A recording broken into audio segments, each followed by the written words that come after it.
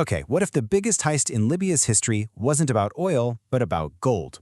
The source material for this explainer puts forward a pretty explosive idea, that there's a story the West has been hoping we'd all forget, a story about how a nation's entire fortune just vanished in the fog of war. Let's dig in. So fast forward more than a decade after the 2011 war, and suddenly, this demand comes from Saif al-Islam Gaddafi. Think about it.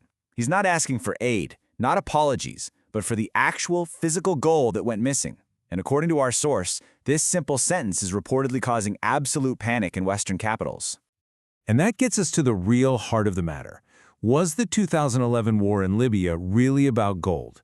For this explainer, we're going to follow the thread from our source material and explore the argument that the official story, the humanitarian one, might have been a cover for something else entirely.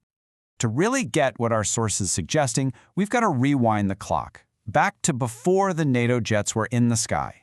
It claims the real reason for the war didn't start with a protest or a crisis, but with a really radical economic idea from Muammar Gaddafi himself. You see, by 2010, Libya had quietly stacked up over 140 tons of gold. That made it one of the biggest reserves in Africa. But here's the kicker. According to the source, Gaddafi wasn't just sitting on it. He had a plan, a big one, that threatened to shake up the entire global financial system. And this was the plan, the gold dinar. Gaddafi was going around talking to other African leaders, trying to create a single, unified currency backed by their own physical gold. The whole point was to sell their own stuff, oil, gas, minerals, using their own money, completely cutting out Western banks and currencies. Our source basically calls this a financial rebellion. It was a direct shot at the US dollar's total grip on the energy market. And it was a huge threat to France's economic hold over 14 African nations that use the CFA franc. This was about Africa finally setting its own price for its own resources. Okay, so this brings us to the big mystery. The 2011 NATO intervention kicks off, and the question becomes, where did all that gold go when the bombs started to fall? And everything happened so fast. Just as Gaddafi's gold dinar plan was gaining steam, boom, Libya is suddenly declared a humanitarian emergency. The push for intervention goes into overdrive. NATO moves in, and somewhere in all that chaos, the gold just, poof, disappears from all the official records. And this is absolutely crucial. After the war, there was no official report from NATO that even mentioned what happened to the country's massive gold reserves. Nothing. On top of that, no audit from the United Nations to track it down or figure out where it went.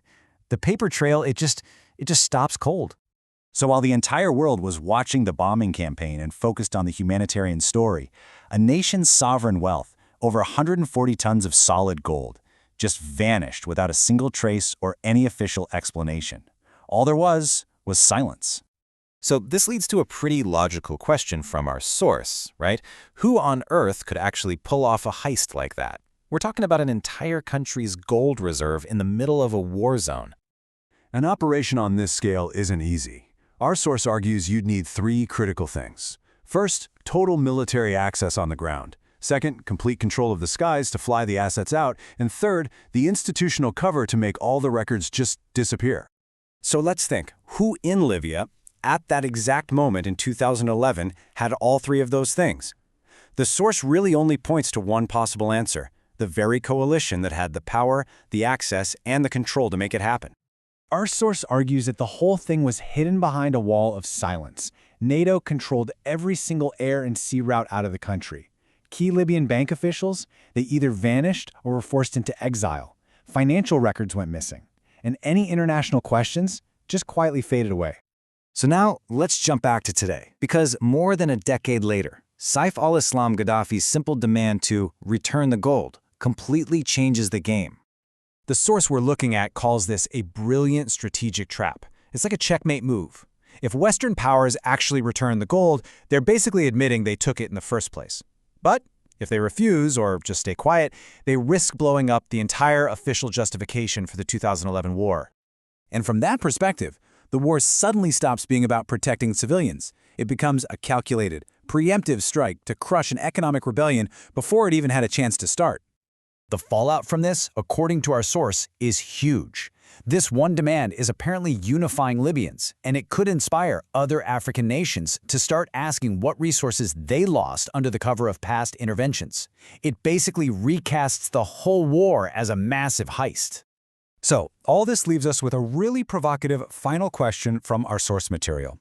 Can the truth about 140 tons of missing gold ever really come out after all this time? Or is the silence just too important to break? I mean, if there's nothing to hide, why is everyone so afraid of this one simple demand?